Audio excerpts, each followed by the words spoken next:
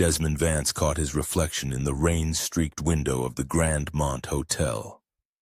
Scarred hands adjusting his collar, the burn tissue pulling tight across his knuckles.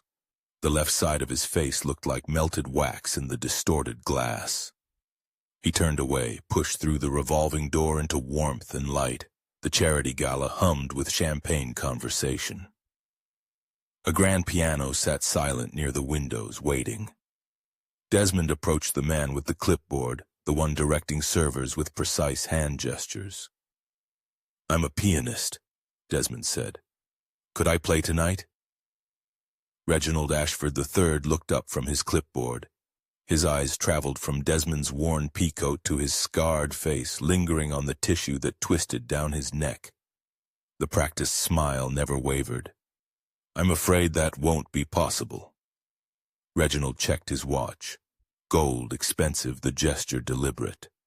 "Our entertainment has been carefully curated to fit the aesthetic of this evening.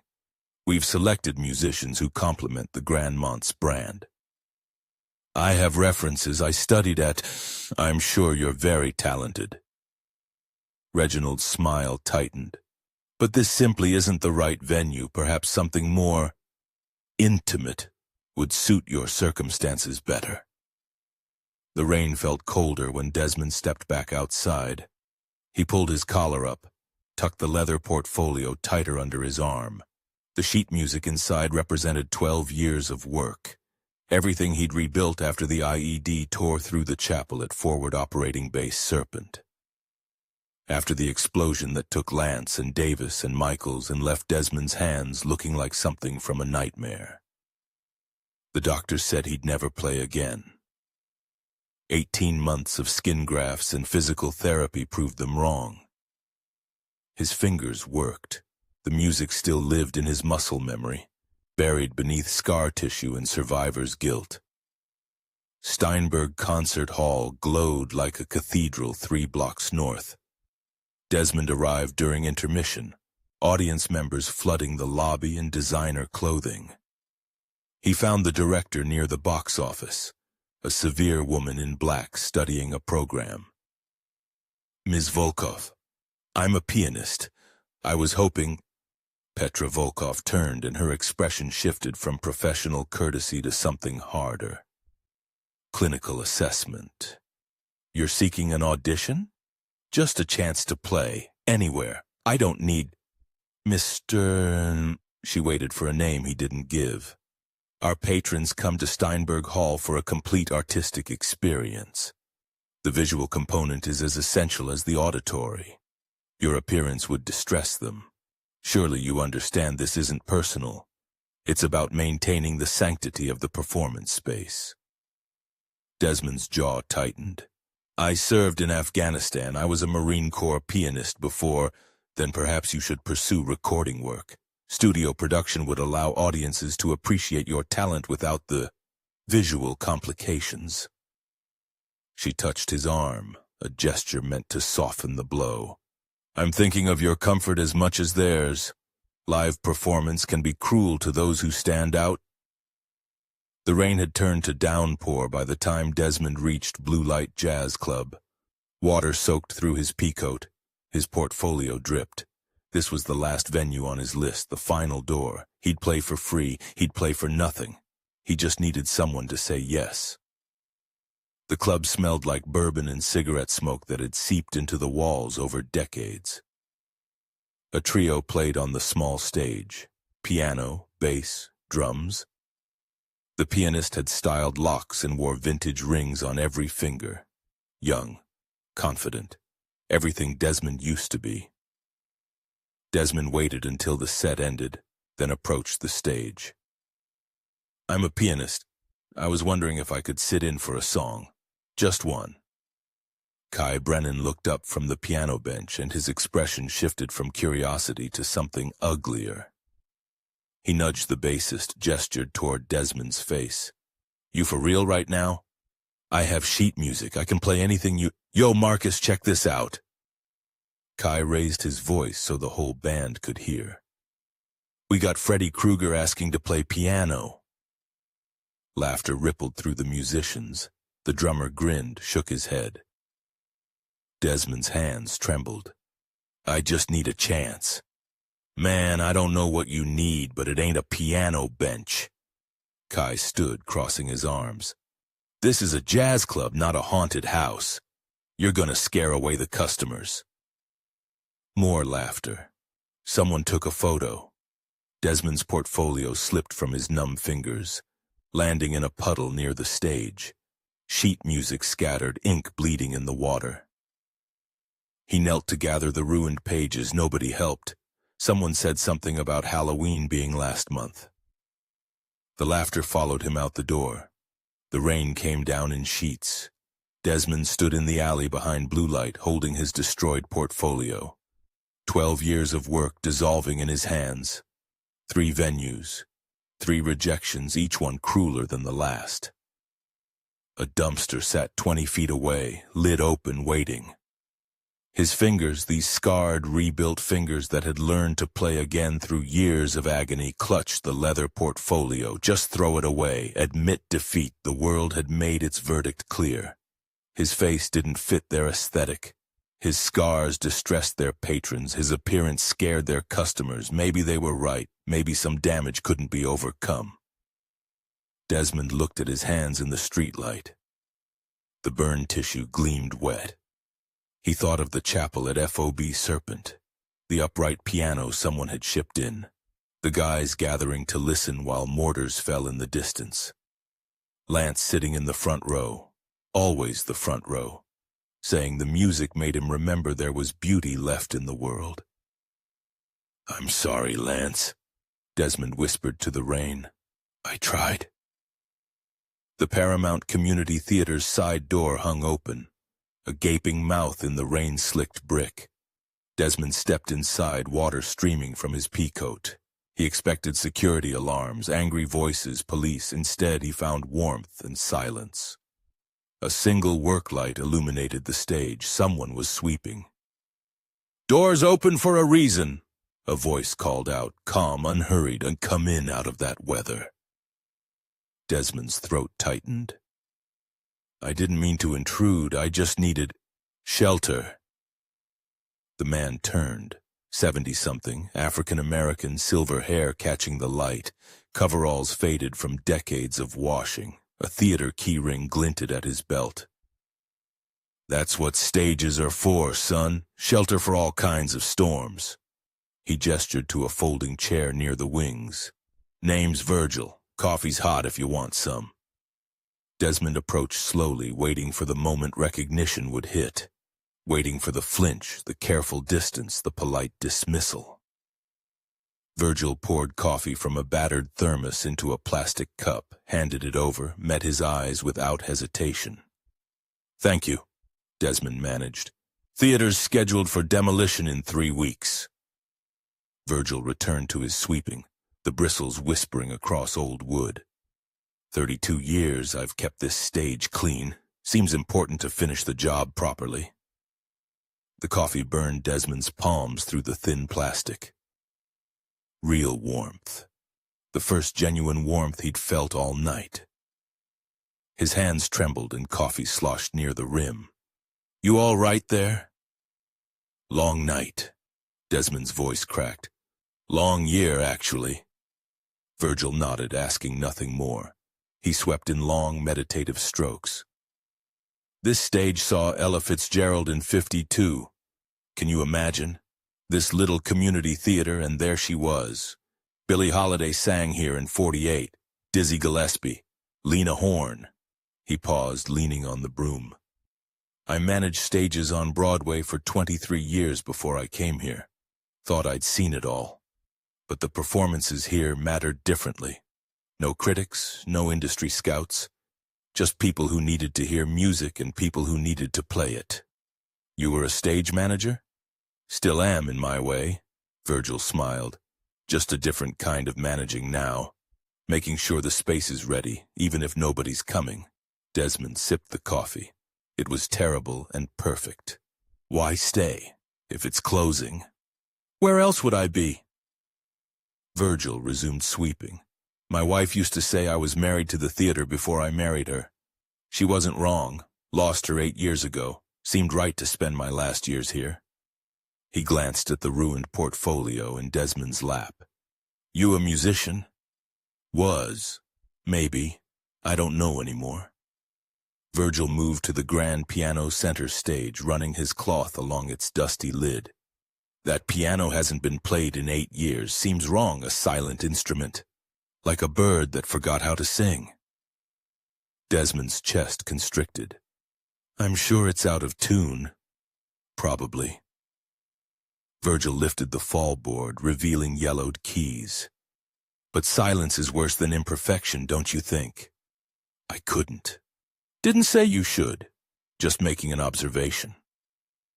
Virgil continued polishing, his movements deliberate. This stage has been waiting for someone who deserves it.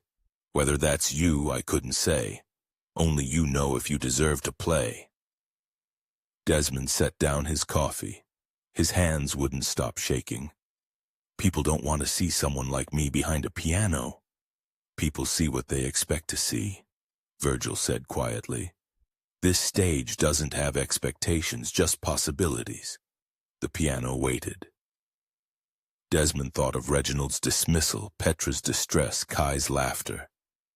He thought of the portfolio dissolving in the rain, 12 years bleeding into gutters. He thought of Lance in the front row of that desert chapel, eyes closed, listening like music was prayer. Maybe some things were worth doing, even if nobody wanted to watch. Desmond stood. His legs felt unsteady. He crossed to the piano, each step an act of defiance against the night's verdicts. His scarred fingers hovered over the keys. I haven't performed in 6 months.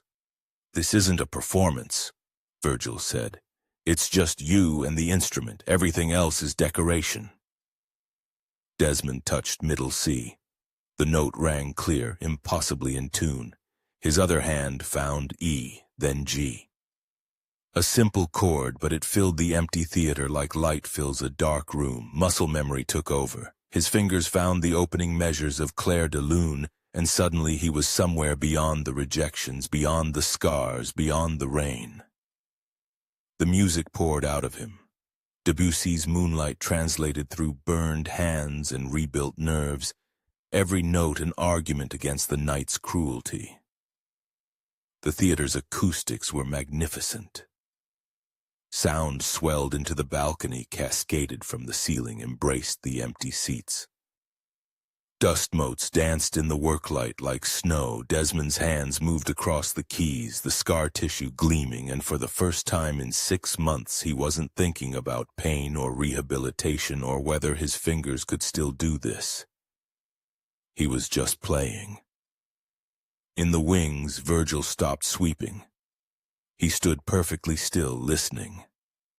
Tears traced the lines of his weathered face. The final notes faded into silence, more profound than absence. Desmond's hands rested on the keys. He was breathing hard like he'd run miles. That's what this stage was built for, Virgil said softly. Thank you. Desmond turned. I should thank you for letting me. Someone's been looking for you, son. Virgil's voice carried weight beyond its gentleness. For a long time. Desmond's breath caught. What? She'll be here tomorrow at noon. Virgil met his eyes with something that looked like certainty, like purpose, like the final act of a play long in motion. I think you should stay. Desmond woke to gray light filtering through the theater's high windows. He'd slept in fits on the cushioned seats of the orchestra section. Virgil's wool blanket tucked around him, smelling of cedar and old fabric. His neck ached. His hands felt stiff until he flexed them, remembering last night's music, the way the notes had poured out like confession. The stage stood empty in the morning dimness. The piano waited, its lid still raised. He found Virgil in the lobby mopping floors that probably hadn't seen traffic in years. Coffee's in the office, Virgil said without looking up. Brought you something to eat. The office was barely larger than a closet, crammed with filing cabinets and a metal desk. A thermos sat beside a paper bag containing 2 bagels and cream cheese. Desmond ate standing, too nervous to sit. Someone was looking for him. The words had kept him awake, cycling through possibilities. A creditor, the VA, someone from his unit's families, angry he'd survived when their sons hadn't. He returned to the stage, needing his hands occupied. Scales, simple exercises, C major, G major, working through the circle of fifths like prayer beads. The repetition steadied his breathing. At 11:30, Virgil appeared in the wings. "She'll be here soon." "Who is she?" "Someone with questions only you can answer." Virgil's expression was unreadable, and answers to questions you didn't know to ask. Desmond's fingers stumbled on an arpeggio. The front doors opened at noon exactly. Footsteps echoed through the lobby, confident and measured. Desmond stood, positioning himself center stage like a man facing judgment. She entered through the house doors, and the theater seemed to recognize her. 70-something, white hair swept back, wearing a charcoal suit that probably cost more than Desmond's car.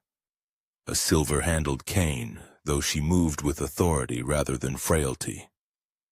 Her eyes swept the space with the familiarity of ownership. "Mr. Vance?" Not a question. Desmond's jaw tightened. "If you're here to offer charity, I'm here because Virgil told me you played Debussy last night."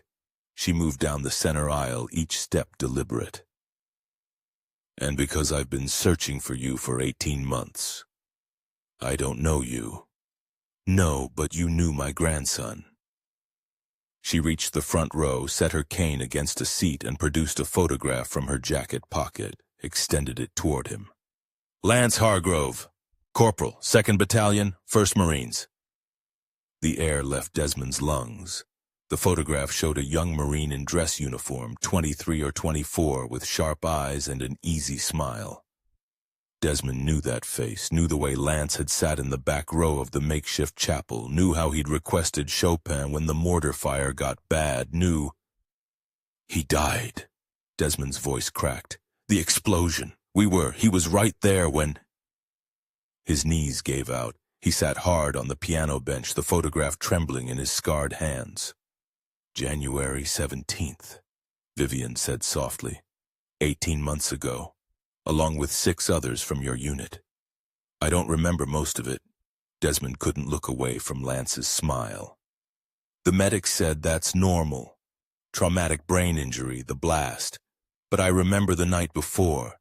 Lance asked me to play Nocturne in E-flat, said it reminded him of his grandmother's house." Vivian's composure fractured for just a moment. She blinked hard, straightened. "He wrote to me every week. His last letter arrived 3 days after the casualty notification." She produced an envelope from her other pocket. The paper yellowed and creased from repeated folding. Sat in the front row, opened it with careful fingers. "May I read you something?" Desmond nodded, unable to speak.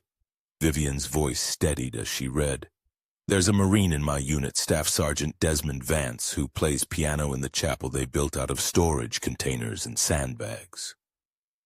When the mortars hit, when we're all losing our minds, Des plays Chopin and Debussy and sometimes Gershwin, and it saves us when nothing else could. He's got hands like a concert pianist and the soul of someone who understands that beauty matters most when everything's broken. If anything happens to me, Gran, promise you'll find him. Promise you'll help him get back to music. He deserves a real stage, a real life. Don't let what we went through here be the end of his story." The words landed like physical blows. Desmond pressed his palms against his eyes, but the tears came anyway, hot and unstoppable. "He saw you," Vivian said, "really saw you, and he asked me to find you. I didn't know. He never said... He died making sure you got out." Vivian folded the letter with reverent care. "The after-action report was very clear about that. You don't remember, but others did." Desmond's chest felt crushed. Why did it take 18 months? Because you disappeared. Vivian's tone sharpened with professional efficiency. Left Walter Reed without forwarding information, no permanent address, no contact with the Corps. I hired investigators. They tracked you through VA appointments, temporary work, addresses that changed every few months. You were hard to find, Mr. Vance. I was trying to figure out if I still existed. The admission felt like removing shrapnel. Without the uniform, without the music, I didn't know who I was. Virgil helped me understand. Vivian glanced toward the wings where Virgil stood watching. He's not just a custodian. He's my oldest friend. We worked Broadway together for 30 years before I moved into production, and he chose a quieter life. When I bought this theater 6 months ago, I asked him to be my eyes, my test. Desmond looked at Virgil, who nodded slowly. I've been testing venues across the country, Vivian continued, sending representatives, seeing who would welcome a scarred musician and who would turn them away. Most failed spectacularly. But Virgil said you deserved better than tests. He wanted to meet you himself, see if Lance's letter told the truth. It did, Virgil said from the shadows. Every word. Vivian stood, collected her cane. I'm establishing a performing arts foundation in Lance's name. Full funding, permanent venue, programming designed to showcase artists mainstream institutions ignore or reject. I want you as artistic director. The offer hung in the air like a cord waiting for resolution. There's something else, Lance requested. Vivian's eyes held his. He wanted you to teach others what music taught your unit. She handed him the full letter, pages covered in Lance's handwriting. Desmond's hands shook as he read the final paragraph. Beauty doesn't require perfection. Des proved that every time he played with those scarred hands. Make sure the world learns what we learned. Desmond stood so abruptly the chair scraped against the stage floor like a scream.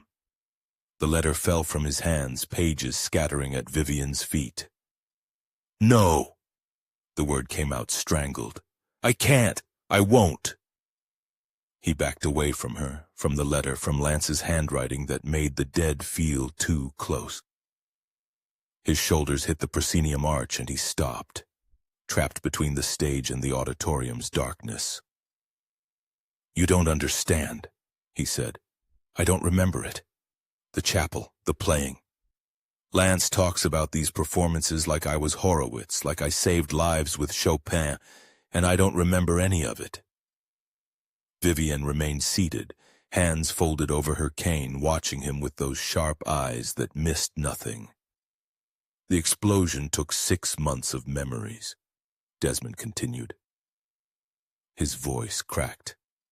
I remember arriving in country. I remember the phobe, the heat, the smell of diesel and sand. Then there's nothing until I woke up at Landstuhl with my face wrapped in gauze and a chaplain telling me who didn't make it. He pressed his scarred hands against his face. Lance died believing I was something I can't even remember being. And you want me to build a career on that lie? It's not a lie, Virgil said quietly from the wings, but Desmond didn't hear him. You know what I do remember? Desmond's laugh was bitter. The smell, burning fuel and flesh. That's what came back first before I even opened my eyes. And now every time I sit at a piano, every time there's silence between notes, I hear it. The explosion, the screaming, the silence after. He slid down the arch until he was sitting on the stage floor. 5 years of rehab, physical therapy to make these hands work again, psychiatric therapy to make my brain work again. And you're asking me to accept this offer like I earned it, like I deserve it, when 8 Marines died and I can't even remember why Lance thought I mattered. The theater held his words like the space held sound, absorbing them into its bones. Vivian finally moved. She stood slowly, leaning on her cane, and walked to where the letter pages had fallen. She gathered them carefully, smoothing each one before speaking. When Lance deployed, I encouraged him. Her voice was quieter than before, the commanding edge softened. He was uncertain, wanted to defer, maybe go to graduate school first. I told him the Hargroves have always served, that duty mattered, that he'd regret not going. She looked at the pages in her hands. I killed him. That's what I believed for a year after the notification officers came to my door. She returned to her chair, moving like someone much older than 73. I stopped leaving my apartment, stopped answering calls. My lawyers ran the business, my staff ran my life. I was waiting to die because living meant facing what I'd done. She touched the dog tags beneath her collar. Then his personal effects arrived. His letter was in a Bible he'd carried. It took me 3 weeks to read it. Desmond watched her from the floor, seeing for the first time the grief beneath her elegance.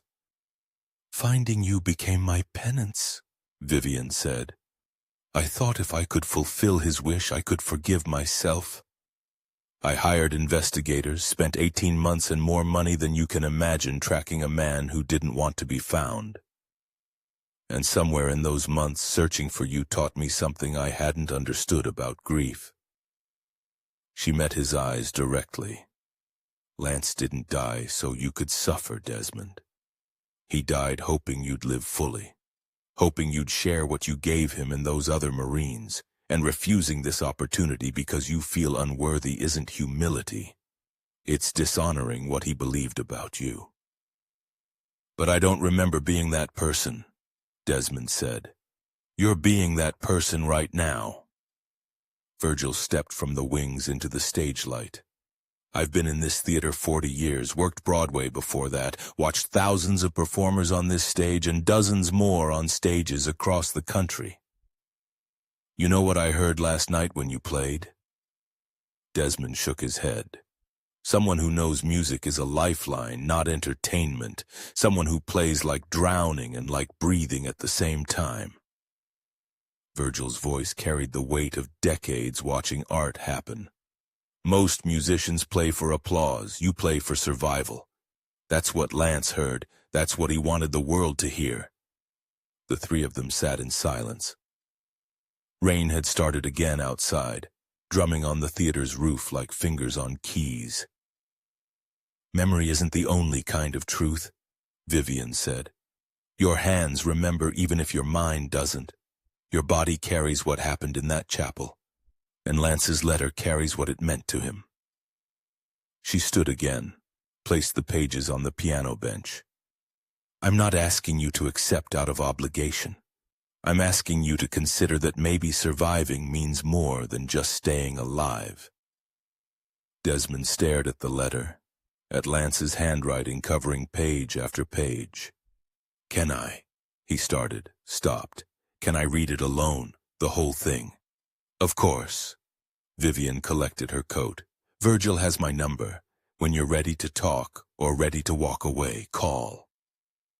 She and Virgil moved toward the stage door. At the threshold, she paused. One more thing Lance wrote.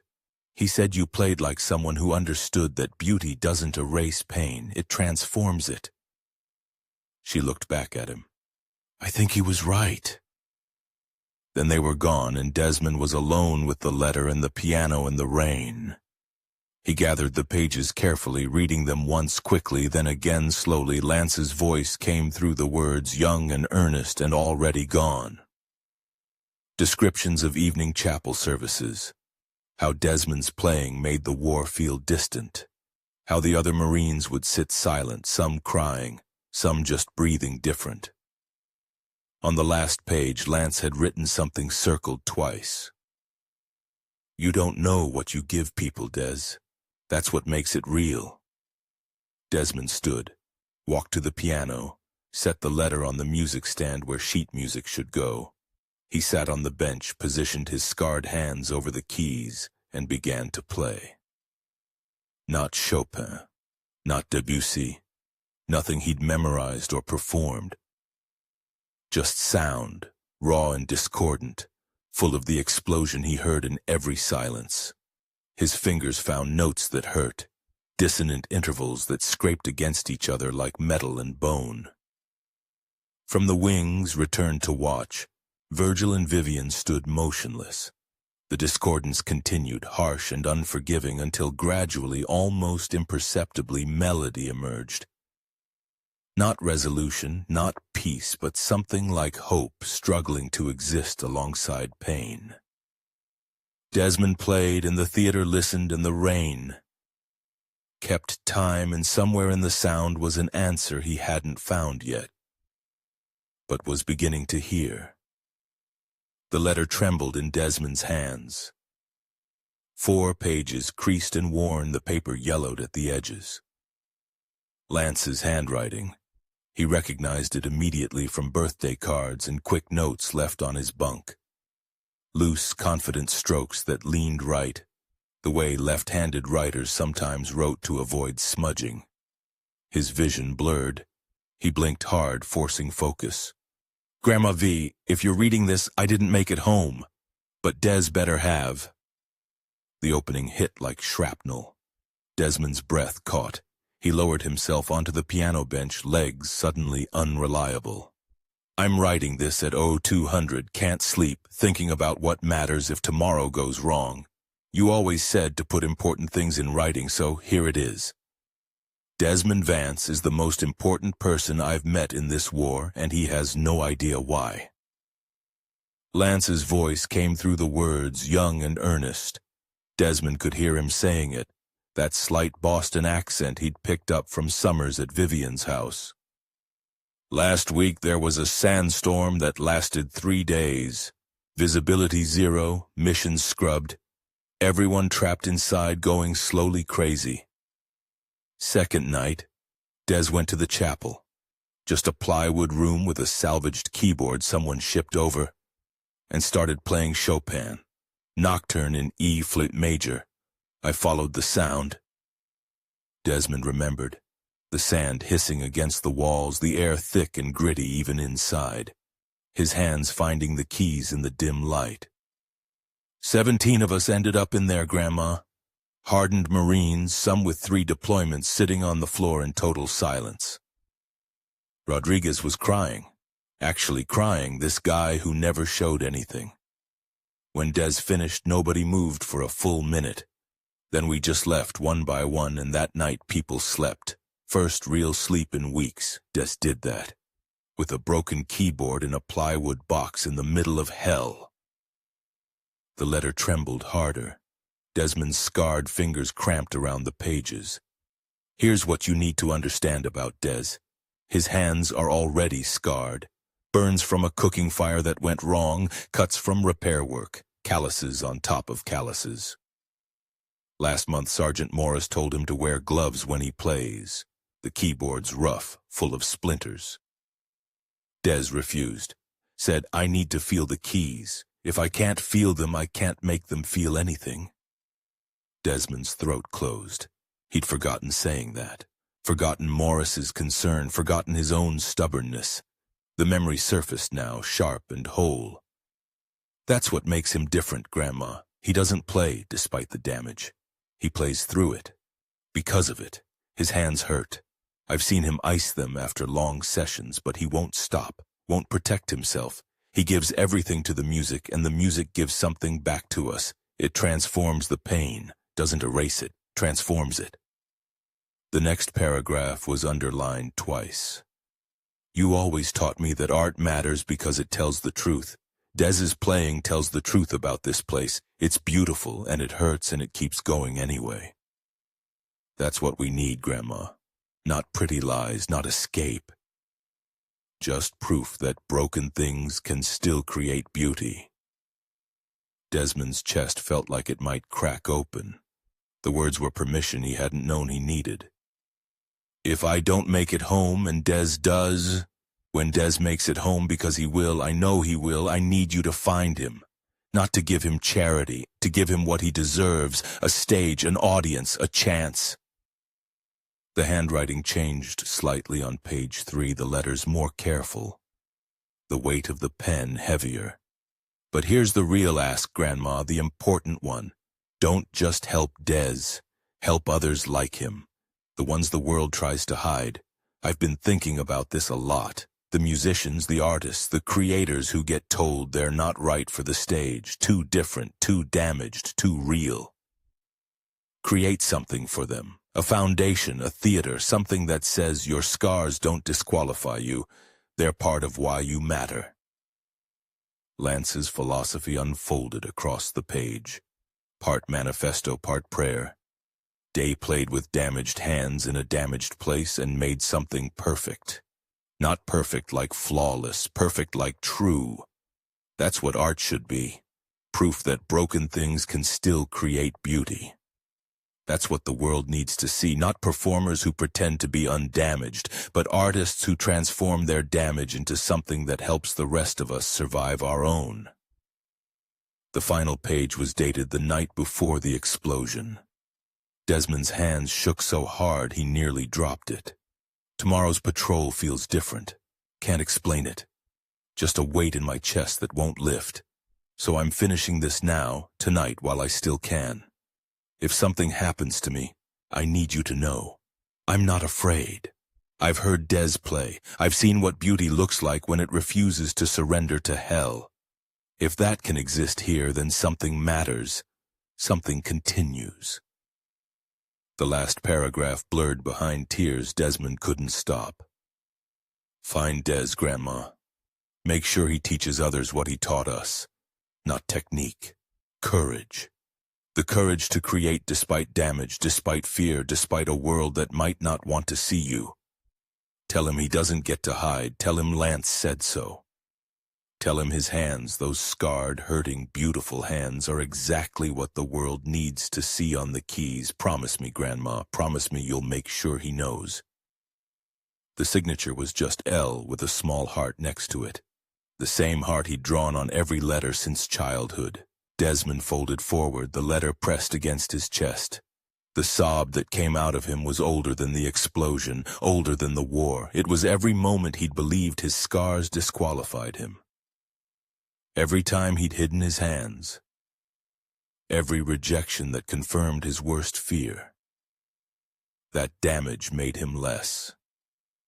Lance's words said different. Lance's words said the damage mattered. Said it meant something. Said it was part of what made the beauty real. Something loosened in Desmond's chest. Not healing, not yet, but permission. Permission to stop apologizing for surviving. Permission to stop hiding. Permission to be exactly what he was, scarred and scared and still capable of creating something that mattered. He stood slowly, carefully folded the letter, and walked toward the stage door where he'd last seen Vivian and Virgil disappear. They were outside, standing under the marquee, waiting. Rain fell steady and soft. Desmond stepped into the doorway. Vivian turned, her expression carefully neutral, prepared for either answer. "Tell me about the foundation," Desmond said, his voice steady for the first time all night. "I'm in." Vivian's careful composure cracked into something like relief. Virgil smiled, quiet and knowing. "There's one more thing," Vivian said. "I've spent the last 6 months testing venues, sending representatives to see who would welcome a talented musician with visible scars. Only 3 people passed. Virgil, a small community orchestra director in Montana, and a jazz club owner in New Orleans. Everyone else failed, including 3 venues right here in this city." The weight of her words settled slowly. Desmond's mind raced backward through the evening. The hotel, the concert hall, the jazz club. "Last night," he said. "Those were tests?" Vivian nodded, her eyes hard as diamonds. "And now everyone will know exactly who they are." The first sledgehammer swing echoed through the Paramount like a thunderclap. Desmond stood in the orchestra section, watching a construction crew dismantle the water-damaged back wall. Dust bloomed in shafts of April sunlight. Vivian stood beside him, blueprints rolled under one arm, her grandson's dog tags catching light. 6 months, she said. Can you see it? Desmond could. Where rotted seats had been, he saw accessible rows with companion seating. Where the stage sagged, he saw reinforced floors that could hold a full orchestra. Where darkness pooled in corners, he saw light. I see it, he said. The renovation consumed spring. Walls came down, new acoustic panels went up, designed by a sound engineer who'd lost her hearing in one ear and understood that perfect sound required embracing imperfection. Ramps replaced stairs, the old marquee was restored, its bulbs replaced one by one. Virgil supervised everything, his custodian's eye catching details architects missed. In May, Vivian's essay appeared in American Arts Quarterly. The audition we don't know we're taking ran 14 pages. She named names. The Grandmont Hotel, where events director Reginald Ashford III had dismissed a decorated veteran as not fitting the aesthetic. Steinberg Concert Hall, where director Petra Volkov had worried about distressing patrons. Blue Light Jazz Club, where pianist Kai Brennan had compared a scarred musician to a horror movie villain. The essay detailed her 18-month investigation. The representatives she'd sent to 60 venues across 12 cities. The 3 who'd passed, the 57 who'd failed. She included photographs of the rejection letters, the apologetic emails, the polite refusals that all meant the same thing. You don't look like what we think art should look like. The final paragraph destroyed careers. We claim to value talent above all else, yet our stages remain showcases for the conventionally beautiful. We preach inclusivity while practicing exclusion.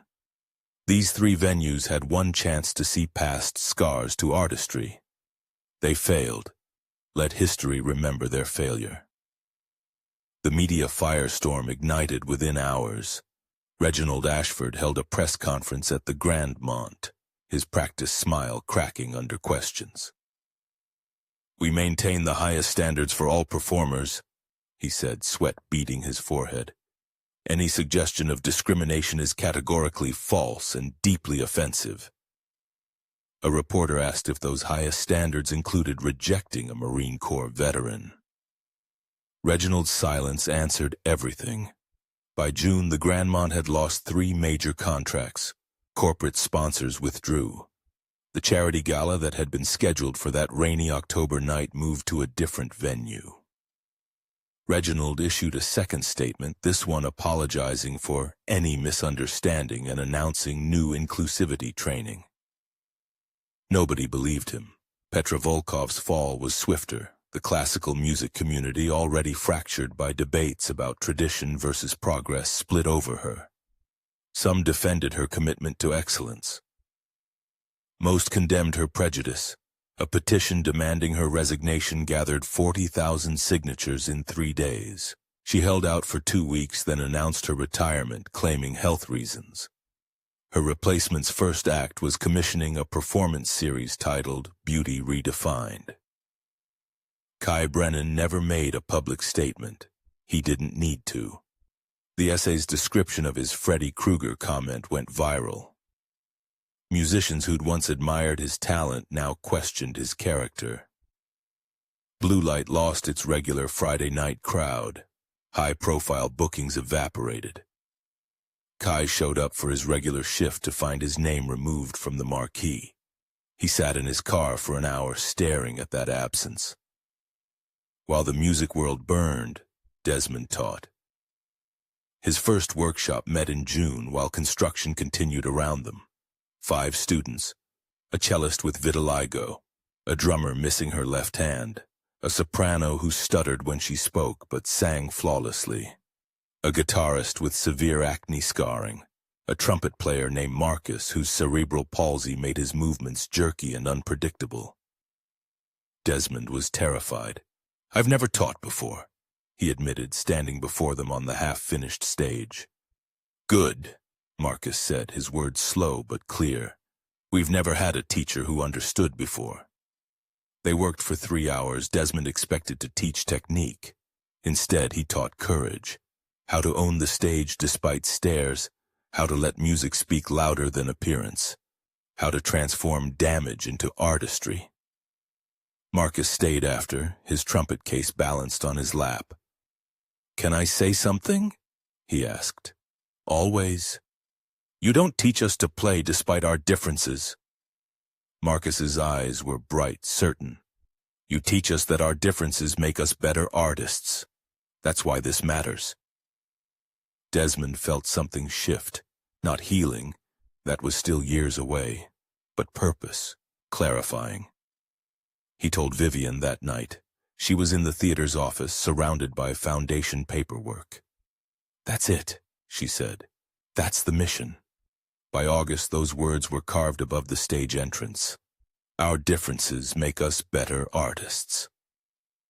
The Lance Hargrove Center for Performing Arts announced its grand opening for October 15th. 1 year to the day after Desmond's night of rejections. Applications flooded in from musicians worldwide. People who'd been told they didn't belong, who'd hidden their differences, who'd given up. Desmond reviewed each application personally. He accepted 60%. 1 week before opening, a letter arrived. Plain envelope. Careful handwriting. Desmond opened it in Virgil's presence. The letter ran 3 pages. Kai Brennan's apology was thorough, specific, devastating in its honesty. He described watching his career collapse, realizing he'd become what he'd once feared, someone who judged worth by appearance. He requested a meeting. Not for forgiveness, he wrote that he didn't deserve it, but for the chance to understand. Desmond held the letter, conflicted. "Do I owe him forgiveness?" he asked Virgil. The old man was quiet for a long moment, looking at the stage they'd rebuilt together. "You don't owe him anything," Virgil said finally. "But Lance's letter wasn't just about you receiving grace, it was about extending it." Backstage smelled of fresh paint and nervous sweat. Desmond adjusted his bow tie for the 5th time, watching his scarred fingers fumble with silk.